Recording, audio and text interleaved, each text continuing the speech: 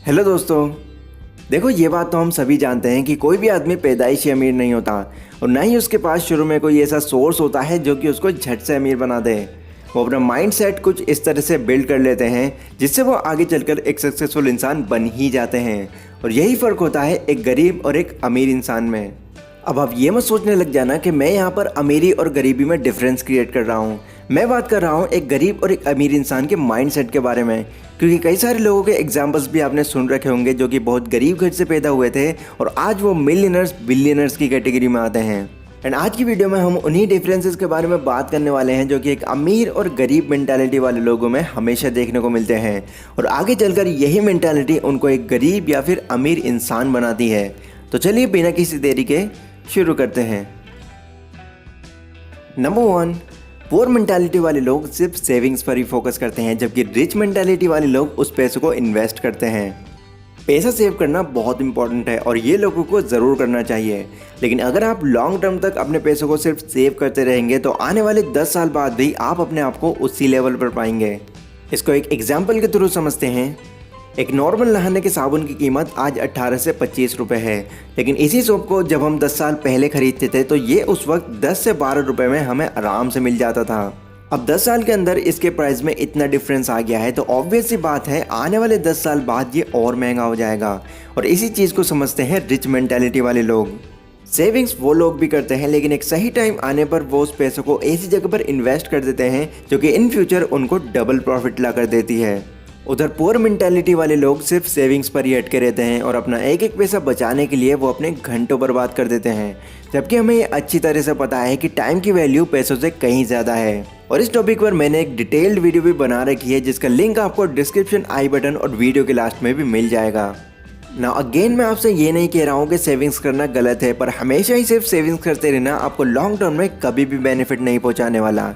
इसके बजाय आप उन पैसों को अगर सही जगह पर इन्वेस्ट करते हैं तो आप इन फ्यूचर अपने लिए कई अलग अलग इनकम सोर्सेज को जनरेट कर सकते हैं। अगला पॉइंट कहता है पुअर मेंटालिटी वाले लोग सिर्फ एक्सक्यूजेस ढूंढते हैं, जबकि रिच मेंटालिटी वाले लोग उसका सोल्यूशन। स्टीव और जॉन दोनों फ्रेंड्स थे और एक साथ एक ही कंपनी में काम किया करते थे, लेकिन एक दिन उनकी लाइफ में एक ऐसा मोमेंट आया किसी रीज़न के चलते उन दोनों को ही उस कंपनी से बाहर निकाल दिया गया, जो कि उन दोनों की ही लाइफ का एक सबसे बुरा मोमेंट था। लेकिन कुछ टाइम बाद ही वो किसी दूसरी कंपनी में भी अपने इंटरव्यू देने गए, लेकिन वहाँ से भी उनको रिजेक्ट कर दिया गया। अब 2 रिजेक्शन मिलने के बाद ही जॉन ने ये डिसाइड कर लिया, इतनी बड़ी कंपनीज वालों के बहुत ज़्यादा नखरे होते हैं, इससे तो अच्छा होगा कि मैं किसी छोटी मोटी कंपनी में काम करके अपनी नॉर्मल लाइफ आराम से जीऊँ। पर स्टीव अपनी सारी कमियों को सुधारते हुए अलग अलग कंपनीज में जाकर इंटरव्यूज़ देता रहा एंड फाइनली उसका एक ऐसी कंपनी में सिलेक्शन हो गया जिसमें उसकी सैलरी उस पिछली वाली कंपनी से भी 3 गुना ज़्यादा थी। और वहीं दूसरी तरफ जॉन अपनी 10-15 हज़ार की जॉब पर ही अटका रहा। यही एक बहुत ही कॉमन सी चीज़ है जो कि गरीब मेंटालिटी वाले लोगों में हमेशा देखने को मिलती है। ये लोग किसी काम को करने में अगर किसी वजह से फेल हो जाते हैं तो हार कर वो दूसरों को एक्सक्यूजेस देना शुरू कर देते हैं। वहीं अमीर मेंटालिटी वाले लोग अपनी सभी गलतियों को एक मोटिवेशन की तरह लेते हैं और उसको इम्प्रूव करके आगे बढ़ जाते हैं। नेक्स्ट पॉइंट कहता है गरीब मेंटालिटी वाले लोग सिर्फ शॉर्ट टर्म के लिए सोचते हैं, लेकिन अमीर मेंटालिटी वाले लोग एक लॉन्ग टर्म के लिए। आपने कई लोगों से ऐसा कहते हुए ज़रूर सुना होगा, भाई बस ये नौकरी लग जाए फिर तो अपनी लाइफ बिल्कुल सेट है।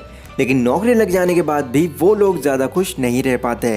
ऐसा होता है क्योंकि उनका गोल सिर्फ एक शॉर्ट टर्म के लिए होता है।